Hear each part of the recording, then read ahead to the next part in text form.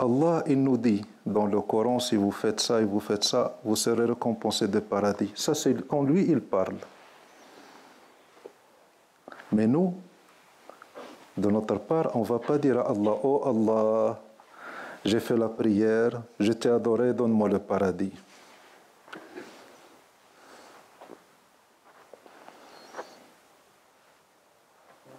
Allah, il dit, le dhikr d'Allah apaise les cœurs. Mais moi, quand je vais faire dhikr, je ne vais pas dire à Allah, pourquoi tu ne m'as pas apaisé le cœur? Parce que lui, il dit, le dhikr d'Allah apaise le cœur. Mais quand tu fais le dhikr et tu dis, tu veux qu'Allah apaise ton cœur, ça veut dire que tu as fait le dhikr. Et si on va chercher si tu as bien fait le dhikr, on va trouver que tu n'as pas fait de dhikr.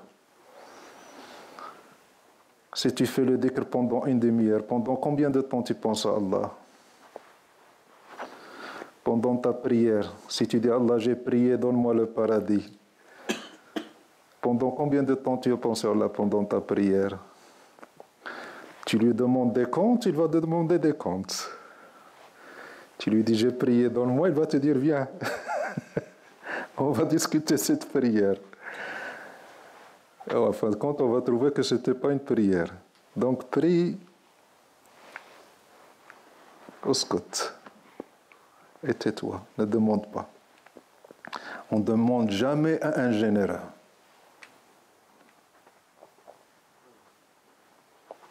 Seul un ignorant demande à un général. On a besoin de dire à un généreux, donne-moi, alors qu'il voit notre état et notre besoin. On est devant Allah, il va lui demander, tiens, j'ai prié pour toi, donne-moi. On va marchander avec Allah. Notre prière, c'est une prière. Notre dhikr, c'est un dhikr. Notre prière, c'est un péché. Et notre dhikr, c'est un péché, c'est une distraction. Alors, que dire de notre distraction? On veut présenter une distraction et demander à Allah, donne-moi, j'ai prié pour toi, j'ai fait ça pour toi, donne-moi.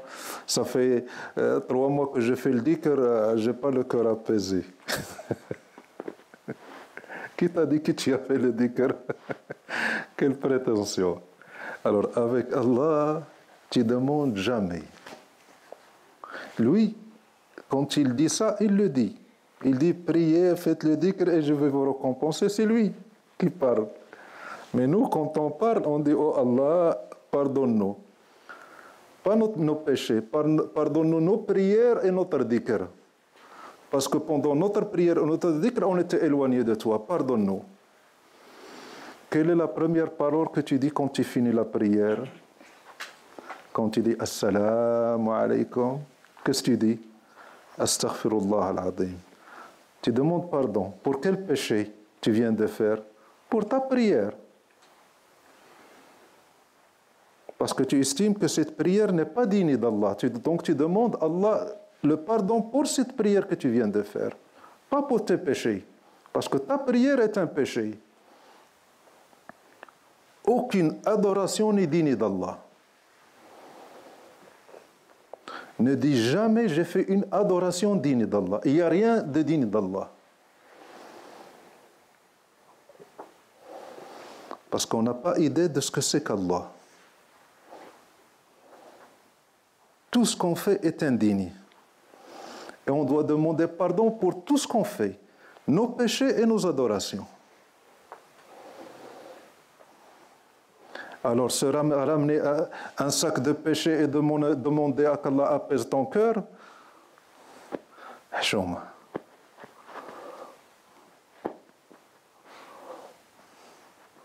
Alors, essaye de faire ce que tu as à faire. Ne compte pas sur tes adorations, compte sur sa générosité. هذا طبع اللئام. Quand quelqu'un, tu l'embauches pour un travail et qu'il le fait très mal et qu'il t'endommage ton chantier et qu'il vient demander à être payé, Estime-toi heureux que je t'ai pas amené les flics pour qu'ils te mettent en prison. Tu viens te faire payer en plus. Je t'ai appelé pour que tu m'essuies les glaces, tu as tout cassé et tu viens me faire, tu veux te faire payer. Paie-moi les glaces que tu as cassées. Non, moi j'ai nettoyé, mais ça s'est cassé. Tout seul. Paye-moi.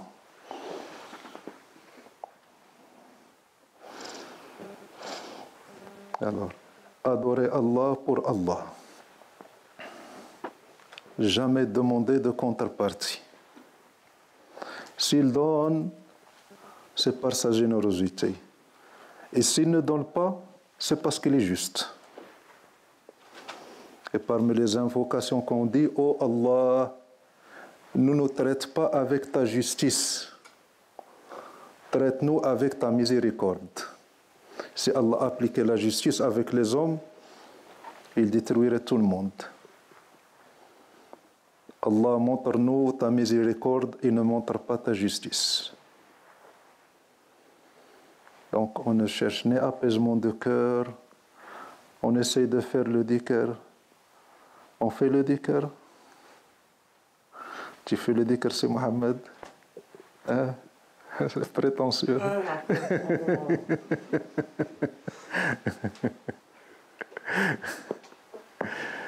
Quel dhikr. Qu'Allah subhanahu wa ta'ala nous pardonne. Qu'Allah subhanahu wa ta'ala nous pardonne. Quand on estime qu'on fait quelque chose pour Allah. Allah subhanahu wa ta'ala, dans beaucoup de versets, il dit Ya an-nasu ttaqu rabbakum alladhi khalaqakum. Adorez votre Seigneur qui vous a créé. La première des choses. Et qui vous a donné. Adorez votre Seigneur qui vous a créé. Qu'est-ce que ça veut dire vous a créé? Ça veut dire que vous lui appartenez. Vous ne vous appartenez pas, vous appartenez à Allah. Adorez votre Seigneur qui vous a créé et qui vous a donné et qui vous a élevé par sa grâce. Adorez-le. Paye-le parce qu'il t'a créé. Paye ce qu'il t'a donné. Après, demande des bénéfices. Tu es capable de lui rendre ce qu'il t'a donné? Tu es capable? Donc, oscote. Ne demande rien à Allah. N'exige pas à Allah quelque chose, même s'il te l'a fait promis. S'il te l'a promis, c'est par sa miséricorde.